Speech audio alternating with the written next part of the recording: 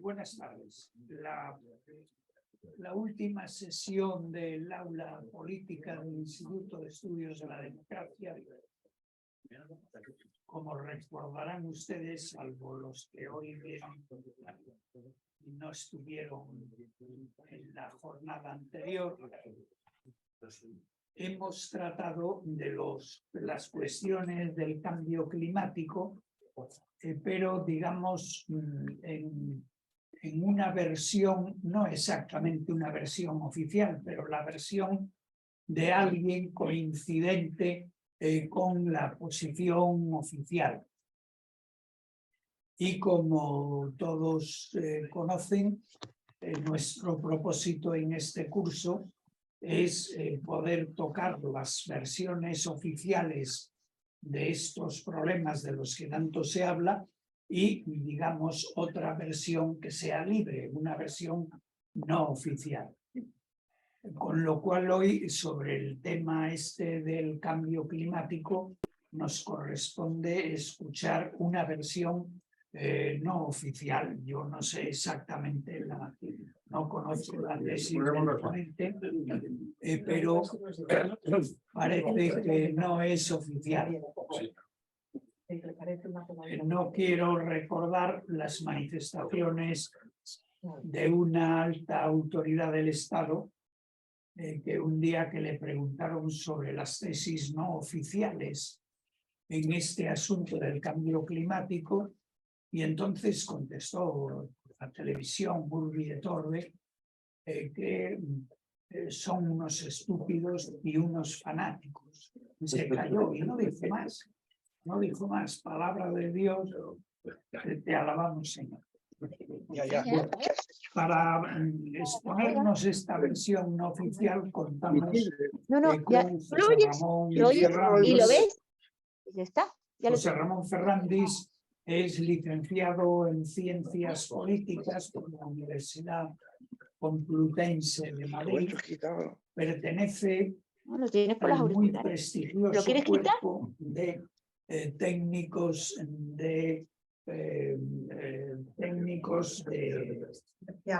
comerciales del Estado y economistas del Estado. Cuando yo era joven eran dos cuerpos, economistas del Estado y técnicos comerciales del Estado. Ha sido profesor en diversas escuelas de posgrado, ha servido profesionalmente en la Secretaría de Estado de Comercio y, como muchos de sus compañeros de cuerpo, pues ha sido también consejero de Comercio y de Economía en varias embajadas españolas en el extranjero, en la Embajada Española en Moscú de la Unión Soviética, en la Embajada Española de Moscú en la Rusia ya no soviética, en la Embajada Española en Riad, en la Embajada Española en Washington. Y José Ramón Ferrandis es especialista en lo que... Se viene tía Mari con nosotros, ¿vale? Para allá. Por lo menos a las 9 menos cuarto. Joven, le he dicho en el taxi. El riesgo país es especialista en que Mari viene con nosotros y que cogemos un taxi a las 9 menos cuarto. Medio ambiente. Y ha escrito diversos libros: Globalización y generación de riqueza, África es así, Crimen de Estado, etc. Es miembro de la Fundación Diego de Covarrubias. Y dicho ello, pues yo creo que procede ya escucharle a él y que yo me guarde silencio tras darle naturalmente las gracias por tener la amabilidad de venir a compartir esta tarde y este rato con el aula política del Instituto de la Democracia. Tiene la palabra. Muchas gracias, José Manuel. Encantado. Buenas tardes a los presentes y a los presentes en ausencia, que alguno habrá. Lo primero que voy a intentar es procurar desmontar la condición de estúpido que se me atribuye ex ante por parte de esta alta autoridad del Estado. En fin, se hará lo que se pueda y si al final se refrenda esa opinión, pues ¿qué le voy a hacer? No doy para más. El tercer libro que ha mencionado el señor Otero es el que se refiere precisamente al fenómeno que nos ocupa y del que vamos a hablar durante 40 minutos, y es lo que ahora llaman cambio climático. Vamos a echar un vistazo, vamos a hablar del clima y de su evolución. Son 50 pantallazos que procuraré ir entregando durante estos 40 minutos y desarrollando paralelamente a lo que aparece ahí algunos conceptos, algunos principios y sobre todo mostrando datos, información fehaciente, pero sobre todo información del pasado, hay información del presente, no del futuro no hay información. En el futuro están los modelos que se elaboran con mayor o menor acierto, vamos, con ningún acierto, luego lo veremos, pero que son los que sirven para plantear amenazas a nuestra supervivencia que justifiquen políticas insostenibles e impresentables. Esto lo dice un estúpido, pero en cualquier caso es así. Así es que vamos a comenzar, en cuanto consiga mover esto, no lo consigo, pero en cuanto lo consiga, hablaremos de la estructura de la presentación. Bueno, pues está organizada de tal manera que se sigue como una clase, porque es de formación profesional en realidad. Así es que no lo puedo evitar. Pero en cualquier caso lo vamos a ver muy rápidamente. Este es el índice de la presentación, es decir, qué se entiende por cambio climático, y no se trata de leer los pantallazos, ya lo he comentado antes. Esta es la estructura que vamos a seguir a partir de ahora. Y bueno, supongo que al final pues estaré encantadísimo de contestar a cuantas preguntas tengan intención de realizar. Muy bien. Lo del cambio climático es una tautología. El clima cambia per se. Luego, decir cambio climático es no decir nada. Sí decían algo cuando decían calentamiento global. ¿Eso qué significaba? Pues que se estaba calentando la temperatura de la Tierra. Ya, pero hace mucho tiempo que no es así. De hecho, nos encontramos en la segunda pausa. La primera pausa, es decir, el periodo durante el cual no se calienta la atmósfera de la Tierra, duró entre 1998 y 2016. Y la segunda empezó en 2017 y aquí estamos, 101 meses después, como esta mañana he publicado en mi blog. Es decir, por eso no lo llaman calentamiento global, porque no se calienta. Y sin embargo, todas las políticas están orientadas a reducir ese calentamiento que va a acabar poco menos que con la humanidad. Esto es un poco de adanismo. Sería cuestión de echar un vistazo a la historia y darse cuenta de que efectivamente la Tierra ha estado mucho más caliente, la intensidad de los fenómenos ha sido mucho mayor, la concentración de CO2, que parece ser el asesino en potencia, era muchísimo más alta. Todo esto lo vamos a ver. Así es que hablaremos del calentamiento global. Este señor es Al Gore. Al Gore fue vicepresidente de Bill Clinton y después se enfrentó con George Bush por la presidencia de los Estados Unidos y francamente estuvo a punto de vencer. Es un hombre al que conocí personalmente cuando estuve en Washington y tiene unos recursos escénicos y una capacidad de transmisión de ideas realmente espectacular. Me quito el cráneo, dado que el sombrero no lo tengo a mano, porque es un genio de la transmisión de información. Pero no siempre el genio se utiliza para el bien, lo sabemos perfectamente. Este señor se ha dedicado a vivir durante muchos años de la amenaza climática, de cómo se van a elevar las temperaturas y de lo mal que nos va a ir a partir de ahora. El cambio climático se entiende como el incesante crecimiento de las temperaturas que va a abocar a la Tierra a una situación que tenemos que evitar como sea. Y el como sea va a ser pues utilizando los medios de que disponen todas las administraciones para limitar la emisión de CO2. Luego hablaremos de esa emisión de CO2 porque es muy interesante. Pero un poquito de historia. En los últimos 1000 años, ¿cómo ha evolucionado el clima? Siempre pongo el mismo ejemplo. Groenlandia. Todos conocen esa isla. Es una isla muy grande que se encuentra muy al norte, prácticamente en el círculo polar ártico, y se llama Groenlandia. Se llama Groenlandia, que significa tierra verde. Y ustedes miran, ¿pero cómo que verde? Hombre, pero si es blanca, si está helada. ¿Cómo pueden llamar tierra verde a una tierra blanca? Porque era verde. Cuando le pusieron el nombre, la tierra era verde, la temperatura era muchísimo más alta. Había personas que se desplazaron desde Dinamarca para vivir ahí, desde Islandia, para vivir allí, y tenían allí sus cultivos, sus vacas, sus viviendas, sus iglesias, todo eso se ha encontrado cuando se excava en el hielo. Entonces, eso lo que quiere decir directamente, guste o no, es que esa Tierra era mucho más cálida en tiempos. Por supuesto, durante el periodo de mayor calidez de la atmósfera, la población europea se multiplicó prácticamente por 3. Como suele ocurrir cuando hace más calor y como suele ocurrir cuando hace más frío, la población se reduce porque tiene más dificultades. No lo vamos a ver hoy, pero la relación entre muertos por frío y muertos por calor en todo el mundo, en todos los países, es de 6-1. Mueren 6 veces más personas por frío que por calor. Con lo cual, la hipótesis de trabajo de que con más calor va a haber más muertos se sostiene mal con los datos científicos plenamente existentes. Después llegó la pequeña edad de hielo. Todo esto se conoce perfectamente porque está datado. Y en esa edad de hielo, bueno, hubo que renunciar a determinados cultivos en toda Europa porque bajaron los hielos y efectivamente la temperatura era tan baja que, bueno, que no se pudo cultivar cereal, no se pudo cultivar uva, se helaba el Támesis, de todo eso queda constancia. Incluso magníficos cuadros que todos conocemos de la época correspondiente. Y en los últimos 100 años, grosso modo, pues bien, está claro, la temperatura de la atmósfera terrestre se ha elevado en 0,6 grados centígrados en ese periodo. Es decir, la Tierra es ahora un poquito más cálida de lo que era hace 100 años, es decir, aproximadamente a primeros del siglo XX. Lo que dicen los partidarios del calentamiento antropogénico, que significa el hombre es el que ha generado el calentamiento, es que ha sido la industrialización la que ha generado esa elevación, pero que eso no es nada comparado con lo que sobreviene. ¿Y por qué lo dicen?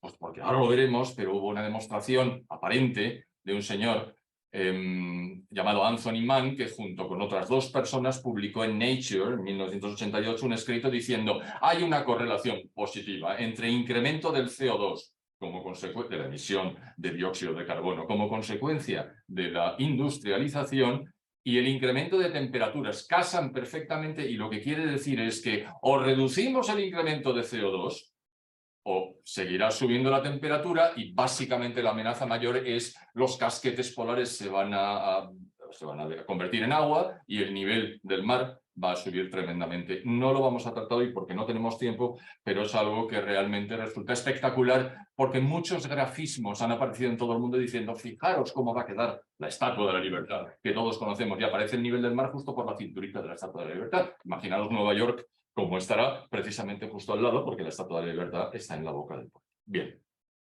pues vamos a echar un vistazo porque en realidad esto no es así. Es decir, lo que sí sabemos es que la temperatura en el siglo XX no ha sido continuamente creciente hasta llegar al 0,6 grados centígrados durante toda la centuria, sino que ha tenido subidas y bajadas durante un cierto periodo que aparece ahí. Ha habido elevaciones de temperatura y en otros periodos ha habido descensos de temperatura. Atención, el CO2 seguía subiendo paulatinamente de la misma manera. Luego veremos los gráficos al respecto.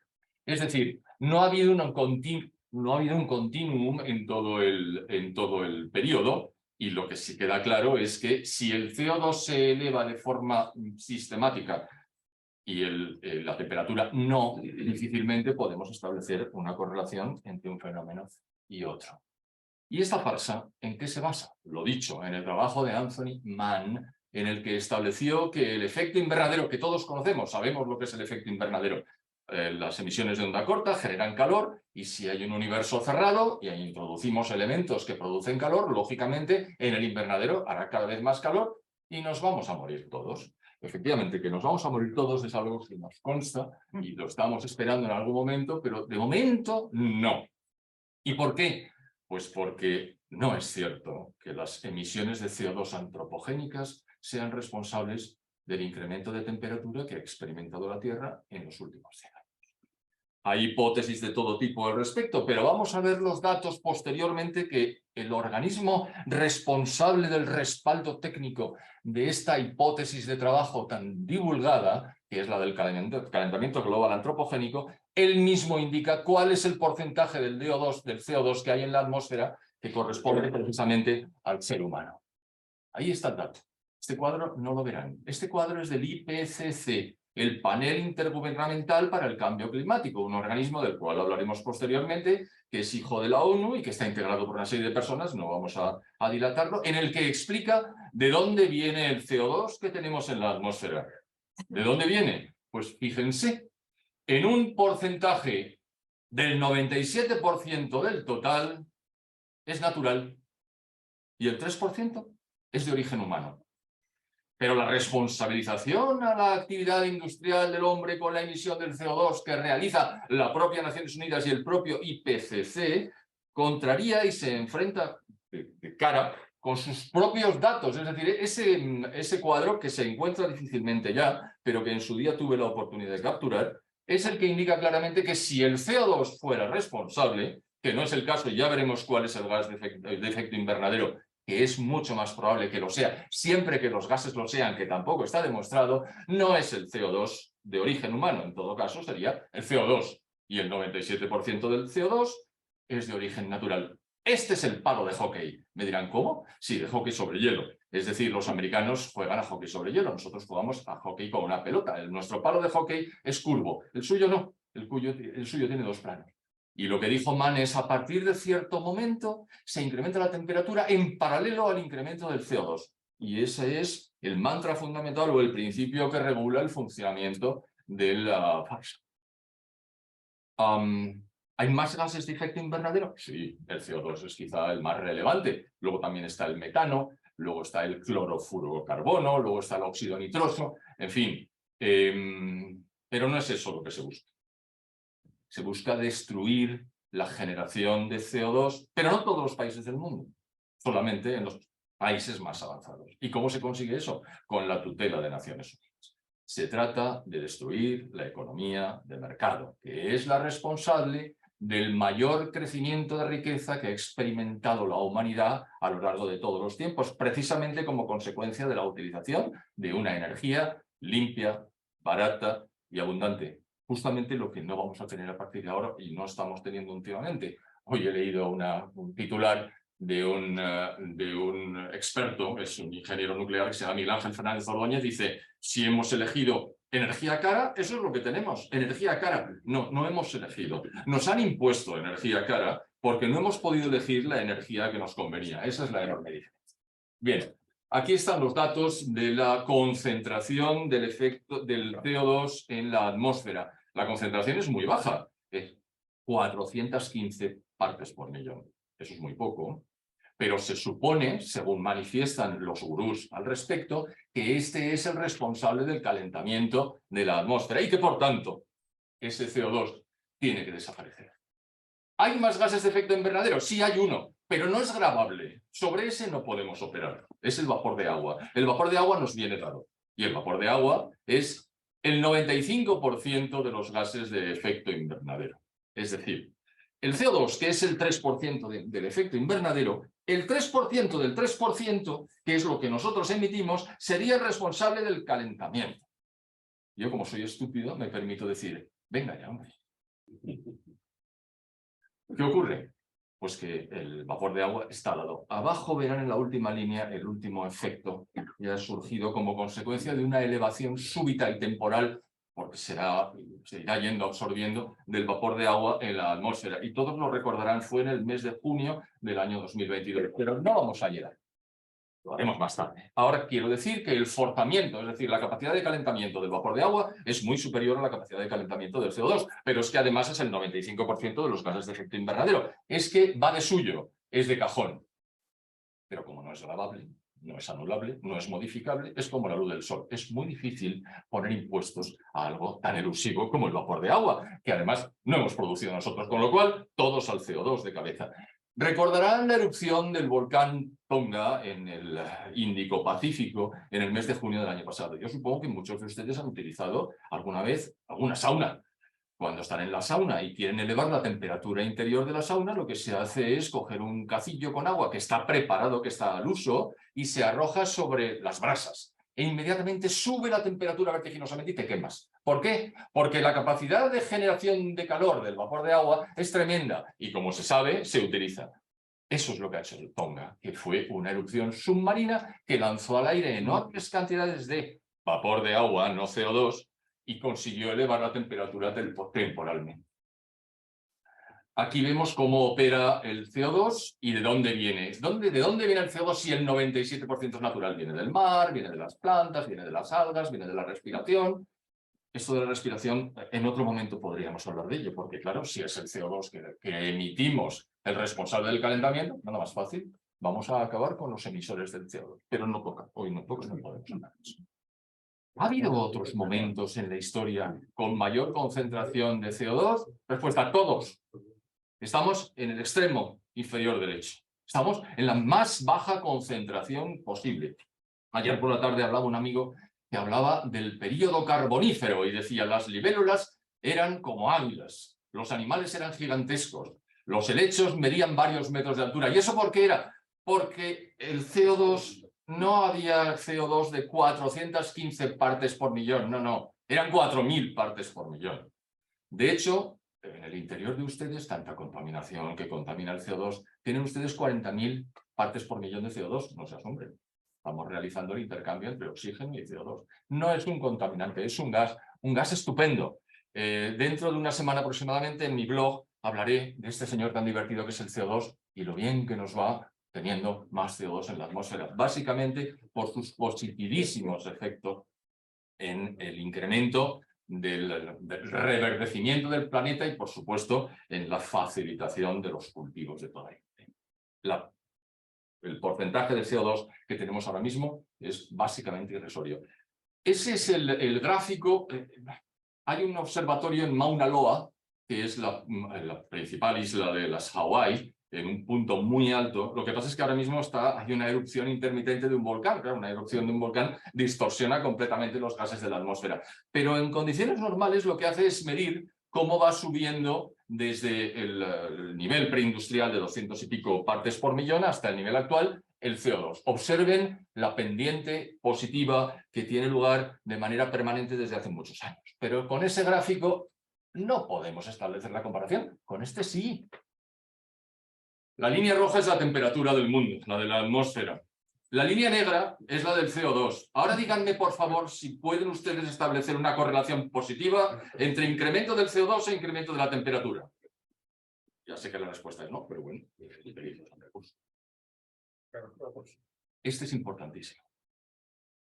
La parte negra es cuando no hay suficiente CO2 en la atmósfera como para que las plantas sobrevivan. Si no sobreviven las plantas, adiós muy buenas todos nosotros. Esto se llama la cadena trófica. Si nosotros no podemos alimentarnos, ni los animales de los cuales nos alimentamos nosotros se pueden alimentar porque no hay producción de ningún tipo de vegetación, evidentemente se acabó la vida.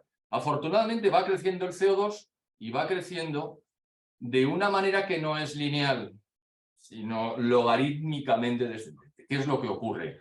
Pues que en un momento dado empieza a flexionar la capacidad de calentamiento que tiene cada molécula adicional de CO2.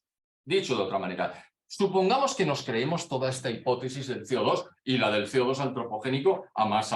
Bueno, pues si siguiera aumentando, que seguirá aumentando, la concentración de CO2 en la atmósfera, va a dar igual porque la temperatura no va a poder seguir elevándose. Para que se eleve menos de 1 grado tienen que transcurrir 150 años. Son datos. Todo esto es ciencia. Y lo que nos cuentan son paparruchas. No hay correlación entre el CO2 y la temperatura. Aquí está el organismo. Intergovernmental Panel on Climate Change. Es decir, en el año 1990 Naciones Unidas dice aquí hay que hacer algo.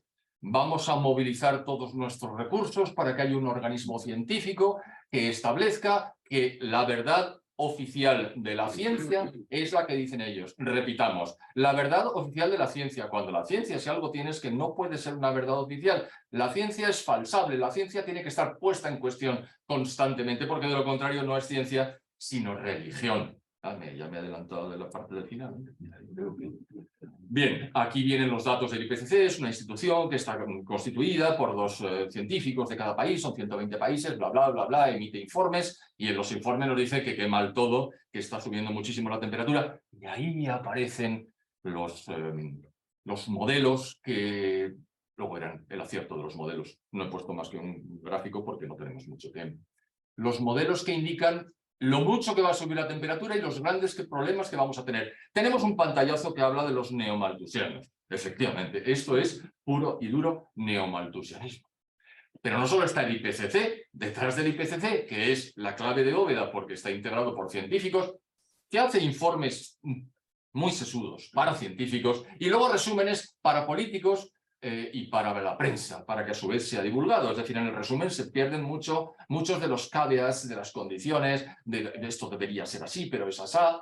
Fíjese cómo sería la cosa que en uno de los primeros informes, en concreto en el primero, el IPCC publicita el palo de hockey diciendo aquí está la demostración de que la temperatura se eleva porque el CO2 se eleva. ¿Y qué pasó en el tercer informe? Que desapareció el palo de hockey porque en el IPCC se dieron perfecta cuenta de que era falso, como un duro de madera. No está bien decir un duro desde el euro, pero yo se lo digo de todas maneras. El IPCC es ideología. El IPCC es manipulación. El IPCC lo que pretende única y exclusivamente es convencernos de que el hombre es el responsable. El IPCC está comisionado, como pone ahí, esta vez lo voy a leer, para tratar única y exclusivamente de la influencia humana sobre el clima. Lo demás no le interesa y por tanto no habla de ello, porque no está comisionado para eso. No está para eso, está para otra cosa. En horizontal, la temperatura. En oscilante, el zigzagueo, son las variaciones que han tenido lugar en la temperatura de acuerdo con las mediciones últimamente ya satelitales. Es decir, ya no son mediciones como se hacía antiguamente en el siglo XIX y los primeros 50 años del siglo XX, con mediciones con termómetros en el suelo. No, ahí se ve cómo está. Y en el color rojo y de tono beige, ven, ahí aparecen los centenares de modelos que nos dicen cuál va a ser la temperatura. Bueno, pues no va a ser así. La temperatura no está siendo como los modelos nos indican. Bueno, el IPCC ha sido sometido a muchísimas críticas. Realmente está un poco en el alero porque al final lo que hace es emitir informaciones de carácter probabilístico. Existen 66% de probabilidades que dentro de 5 años la temperatura... Oiga, es muy difícil establecer eso, porque sobre todo si los modelos son modelos fallidos. Usted lo que nos puede decir es cómo ha estado la temperatura en los últimos años, pero es muy difícil decir cómo va a estar. Porque como se han equivocado sistemáticamente desde hace 25 años en la temperatura que iba a haber, no creemos ya lo que nos dicen ahora que va a haber en un futuro. No, la Antártida no se va a... El hielo se va a convertir en agua. No se preocupen, no va a pasar tal cosa. Estas eran las preguntas que me hice hace 15 años cuando decidí empezar a trabajar sobre esto. Dije, pero vamos a ver, ¿qué se entiende por cambio climático? ¿Respecto de qué patrón? ¿Hay un clima estable? ¿Hay un clima óptimo? Porque claro, si hay cambios constantemente, ¿cuál es el bueno? ¿Debemos conseguir un clima como el que hubo en 1380? Pues no, porque estaba empezando la pequeña edad de hielo. ¿Preferiríamos el que había en el Imperio Romano? Pues sí, porque la temperatura era 4 grados aproximadamente más alta. Entonces, bueno, el clima es lo que hay y nosotros, como seres humanos inteligentes, aunque algunos podamos ser muy estúpidos, nos adaptamos perfectamente al futuro que nos espera. Pero entonces, si no es el CO2 y en todo caso en cuanto a los gases podría ser el vapor de agua, ¿qué poderosa influencia tenemos por encima de nosotros que sí podría condicionar la temperatura? Pues miren, sí, el Sol, con sus enormes variaciones en cuanto a su actividad, coincide precisamente en sus subidas y bajadas de intensidad con los fenómenos de calentamiento y enfriamiento de la temperatura. Tiene lógica, el Sol es extremadamente poderoso, estamos en sus manos, nos da la vida y si tenemos mala suerte nos va a pillar un episodio de eyección de masa coronal, como tuvo lugar en 1857 con el evento Carrington, que nos freirá todos los sistemas de comunicaciones. Afortunadamente tarda 17 horas entre que sale la eyección de masa coronal y llega a la Tierra. Y todos los gobiernos del mundo están esperando, todos los estados, tienen instituciones que están aguardando que eso ocurra para desconectar todos los sistemas y evitar que se frían. Tal es el poder que tiene el Sol. Ahí se ven las oscilaciones del Sol. El Sol, efectivamente, es el responsable de que los rayos cósmicos... El siguiente pantallazo. De que los rayos cósmicos, que son los que bombardean la Tierra desde el cosmos, y que son los que inducen la generación de nubes, que a su vez refrigeran la temperatura de la Tierra, son los responsables. El Sol es el responsable de que haya más o menos nubes, precisamente con la actividad de las manchas solares. A más manchas solares, más actividad, menos rayos cósmicos, más cósmicos. He dicho cósmicos, no, cósmicos, más calor. hay correlación positiva entre la actividad del Sol y la temperatura de la Tierra. Y tiene toda la lógica del mundo. Les pongo un pantallazo del ciclo del agua que me pareció tan bonito que digo, bueno, si alguien se quiere quedar con la presentación, que tenga el pantallazo del ciclo del agua y así pues lo disfruta leyéndolo con detalle. Nosotros no tenemos tiempo. ¿Qué más elementos podrían influir en el calentamiento? Ya hemos hablado de los gases de efecto invernadero, hemos hablado de la variabilidad de la radiación solar, no hemos hablado de los ciclos de Milankovitch, esto es interesantísimo. También hay una correlación entre los ciclos de Milankovitch y la temperatura. Hombre, pero no habíamos quedado en que era el Sol. Sí, pero los ciclos de Milankovitch tienen que ver con la evolución de la posición de la Tierra respecto del Sol y de la inclinación del eje terrestre respecto del Sol. Con lo cual, en última instancia, es el Sol. Si no, me quedaré engañado. Es el responsable en última instancia, bien directamente, bien a través de la consideración de los ciclos de Milankovitch. Las variaciones de la temperatura del agua salada, que eso significa termoalina, como saben, con las que producen, por ejemplo, los fenómenos del niño y la niña. Lamentablemente no vamos a poder hablar de esto, pero bueno, son fenómenos que experimenta el Pacífico calentándose y enfriándose periódicamente. Cuando el agua se calienta le llaman el niño y cuando el agua se enfría le llaman la niña. Y ahora mismo estamos terminando un periodo de la niña y muy verosímilmente tenemos un niño. Vamos a ver cuán fuerte es y cuál es el efecto que tiene sobre nosotros. Pero eso es la circulación termoalina, no hay que darle muchas más vueltas. Por supuesto, la acción humana. Las ciudades son islas de calor. ¿Por qué? Porque estamos nosotros moviéndonos y generando calor. Lógicamente, las ciudades son más cálidas que su entorno. Los clorofluorocarbonos también son, digamos, en alguna medida responsables. Bien, hay una serie de elementos que habría por lo menos que tomar en consideración desde una perspectiva científica y no creer a pies juntillas lo que nos cuentan los del IPCC y sus adláteres.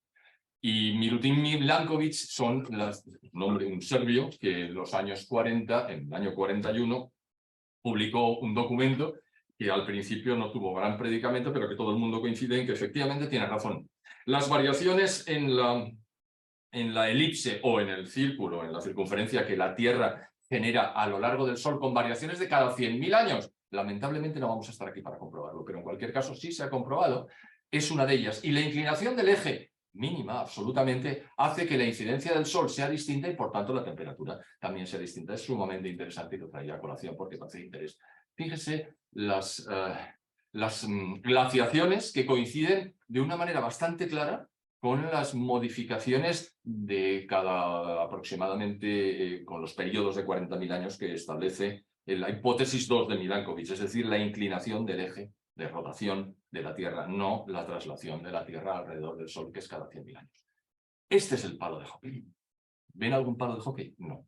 ¿Por qué? Porque es falso. A lo largo de los siguientes pantallazos verán por qué es falso y por qué el IPCC lo terminó retirando. Pero sí que sabemos que hubo un óptimo climático medieval y hubo una pequeña edad de hielo. El palo de hockey no lo refleja porque no. Esa es la situación de la temperatura a lo largo de los últimos 1.000 y pico años aproximadamente. Ahí sí podemos estar de acuerdo. Como se nos acaba el tiempo, esa es la crítica del palo de hockey, que está perfectamente establecida por muchísimos investigadores. El palo de hockey ya no tiene ningún predicamento científico, pero en cualquier caso lo siguen utilizando. Ahí tienen todos los elementos de la crítica y de repente un hacker se mete en la Universidad de East Anglia en el año 2009, el 17 de noviembre, y saca a la luz pública más de 1.000 emails donde científicos de la universidad se ponen de acuerdo para modificar el patrón de datos sobre el cual se establece lo del calentamiento, es decir, para falsear los datos. Olé, los científicos. No voy mucho más allá, pero es un hecho. A eso se le llamó el Climate Gate, por analogía con el fenómeno del espionaje del Partido Republicano Americano sobre el Partido Demócrata en Washington. Bien, ¿estamos hablando de ciencia? Pues no, estamos hablando de algo parecido a una religión, porque es fe lo que se tiene. A mí me han dicho que se está calentando, lo dice todo el mundo, pero ¿cómo puede usted decir una cosa distinta? No, a mí es que me gusta ir a los datos, son manías. Me gusta ver la documentación subyacente a los fenómenos que se manifiestan. Y no se sigue de la existencia de los datos el fenómeno que ustedes me dicen, así es que no, el calentamiento que está teniendo lugar muy poquito y cada vez menos, es más, se está enfriando, la temperatura de la Tierra en los últimos 101 meses se ha enfriado 0,1 grados. Así es que eso queda perfectamente claro. Pues no nos creemos esto. No es cuestión de fe. Mi fe es de otro tipo. La ciencia y la fe están completamente aparte. Esto es una religión con su dogma, su Juana de Arco, pobrecita mía, su infierno, que es precisamente la marginación a la que se somete a las personas que sustentan hipótesis distintas de la oficial. Es decir, esto no es así, esto no es ciencia. Lo que me están diciendo ustedes es otra cosa distinta, es fe de carbonero, es decir, la fe a ojos ciegos. Este es un chiste que me permito poner en el libro y traigo a colación. Son dos señores antiguos, como pueden apreciar por su vestimenta y su aspecto, y dicen, uno le dice al otro, no lo entiendo, a ver si me acuerdo del chiste entero, dice, no lo entiendo. El aire es limpio, el agua es pura. Comemos todo lo que comemos, no hay químicos que intervengan, menudos químicos podía haber en la época. Y todos los animales que cazamos son animales salvajes, que corretean libremente por la naturaleza. Y sin embargo, ninguno de nosotros pasa de los 30 años. Pasa algo malo. Es decir, no lo entendemos. ¿Por qué? Pues evidentemente son los avances tecnológicos asociados al crecimiento de la economía de mercado que ha tirado de toda la humanidad a lo largo de los últimos 200 años los responsables de que ahora tengamos una expectativa de vida al nacer. Lamentablemente ha habido un pico de descenso como consecuencia del COVID, pero que se aproxima a los 80 años en un país como el nuestro, que hace 50 años rondaba los 50 años de expectativa de vida al nacer. Es decir, nuestro crecimiento vertiginoso lo tenemos que defender con uñas y dientes. Y ya que hablamos de CO2, fíjense, la República Popular China, estamos hablando del año 2019, me parece recordar, emite tanto CO2 como todos los países de la OCDE, empezando por Estados Unidos y toda la Unión Europea detrás, más otros varios, son 35. ¿Quién emite el CO2? China, esencialmente China. Por supuesto la India, ahora lo verán. ¿Y qué se hace con ellos? ¿Se les obliga a seguir el protocolo de Kioto? ¿Están incluidos en el Acuerdo de París? No, porque son chinos. Aquí lo que hay que hacer es castigar la economía occidental. Ah, bueno, vale, pues haber empezado ahí, hombre. Fíjense, la azul, la línea azul, la curva, es la que indica la emisión de CO2 de los países subdesarrollados, menos avanzados, en vías de desarrollo, llámenlos como quieran. Es decir, nosotros, los occidentales, estamos manteniendo unas emisiones prácticamente planas, pero no solo como consecuencia de los impedimentos que están poniendo la economía, no. Es como consecuencia de los avances tecnológicos que cada vez producen mayor energía con menores inputs. Es decir, porque avanzamos tecnológicamente, que esta es la clave del crecimiento. Fíjense cómo crece la emisión de CO2 de la República Popular China. Detrás viene la India. Pues ya sabemos que la India es el país con mayor número de habitantes. Pues se seguirá de eso, que su Producto Interior Bruto irá creciendo, como ha ocurrido, que su Producto Interior Bruto ha ido creciendo hasta ponerse a nivel del resto, a un nivel muy alto. De hecho, es la segunda economía del mundo en términos de PIB, de Producto Interior Bruto. Hablábamos antes de neomalthusianismo. Efectivamente, los neomalthusianos venden muchísimo, porque las personas dicen, ¡ay!, que va a subir la temperatura, que va a subir el nivel del mar, que va a haber muchos más huracanes, va a haber más sequías, va a haber más inundaciones. ¡Mentira! Hay cada vez menos sequías, hay cada vez menos inundaciones y hay cada vez menos huracanes y son más débiles. Y todo eso está demostrado. No solo está demostrado en el libro, sino que constantemente cada semana lo publico en el blog. ¿Qué significa eso? Pues, por ejemplo, las calles de Nueva York. ¿Qué significa las calles de Nueva York? Pues se lo cuento. En su momento dijeron, ¡buah!, no vamos a poder circular por las calles de Nueva York. ¿Por qué? Porque tenemos tantos vehículos movidos por fuerza animal, es decir, caballos, que cuando los caballos descomen, permítame que utilice este término tan limpio, cae directamente en el suelo y se va acumulando la porquería, pero esta porquería no nos da tiempo a retirarlo, porque hay más caballos que barrenderos. Nos vamos a morir todos en la mierda, perdón, en la bosta, es decir, en la caca de caballo. No fue así, ¿verdad? No, porque vino el motor de explosión, se retiraron los caballos y el neomalthusiano se quedó con las ganas de que tuviéramos problemas. El peak oil. ¿Qué significa el peak oil? Que el petróleo llegará a un momento que alcance un máximo, un límite de extracción y a partir de ahí caerá el pico. Vean la montaña. ¿Ha tenido lugar el peak oil alguna vez? No. ¿Desde cuándo lo vienen diciendo? Desde 1913. ¿Aprenden? No. No hago más que decir que no, pero es que es así. Son los neomalthusianos. Por supuesto, se van a agotar los recursos naturales. Hay montones de historias. Parece que estoy vendiendo mi libro, pero vamos, si leen mi libro, verán montones de historias donde aparece claramente que no se agotan, que no. que la inventiva del ser humano y la ciencia está por delante de todo el malfario que nos lanzan encima todos estos desgraciados que nos llaman a nosotros estúpidos. La expectativa de vida al nacer se ha incrementado tremendamente. El número de habitantes sobre la Tierra, no podemos soportar 8.000 millones de habitantes marchando. Y ahora vamos camino de los 10.000. ¿Que son muchos? Sí, son muchos. ¿Son demasiados? ¿Quién dice que son demasiados? ¿Sobre qué base? Nah, si por decir, pues si no cuesta dinero. Es más, a alguno le pagan por decir. En fin, los neomalthusianos no tienen arreglo, pero es que les va bien, porque la gente le gusta lo de las malas noticias, lo compra. Y en última instancia, con esas malas noticias y diciendo, cuidado, alguien tiene que resolver esto, que vengan las élites a resolverlo. No, mire usted, deje a las élites tranquilas, deje que las empresas resuelvan, de acuerdo con los incentivos que establecen los precios, los problemas que tenemos los seres humanos. Nuestras élites, muy pochas, ciertamente, no van a ser capaces de proveernos de soluciones de ningún tipo. Vamos a terminar. El CO2 es la pera. En fin, en el primer pantallazo ven mi blog. Nada, es un blog estupendo, tienen ustedes acceso a él. El CO2 es lo mejor que nos ha pasado. No es un contaminante, lo tenemos dentro. De hecho, aquí dentro, ahora mismo, hay 5.000 partes por millón. Fuera hay 415. ¿Y por qué? Porque hay un tío que habla mucho y está lanzando CO2 constantemente, lo siento muchísimo, y ustedes respiran, porque si no respiraran estarían en el suelo y habríamos tenido que llamar a seguridad. ¿Y esto qué significa? Que no es un contaminante, que no pasa nada. Es más, que es muy positivo para el crecimiento de las plantas. Ahí les puedo contar algunos de los efectos. Dentro de unos 7 o 10 días les contaré muchos más. Bueno, crecimiento de todas las producciones agrarias como consecuencia del aumento del CO2.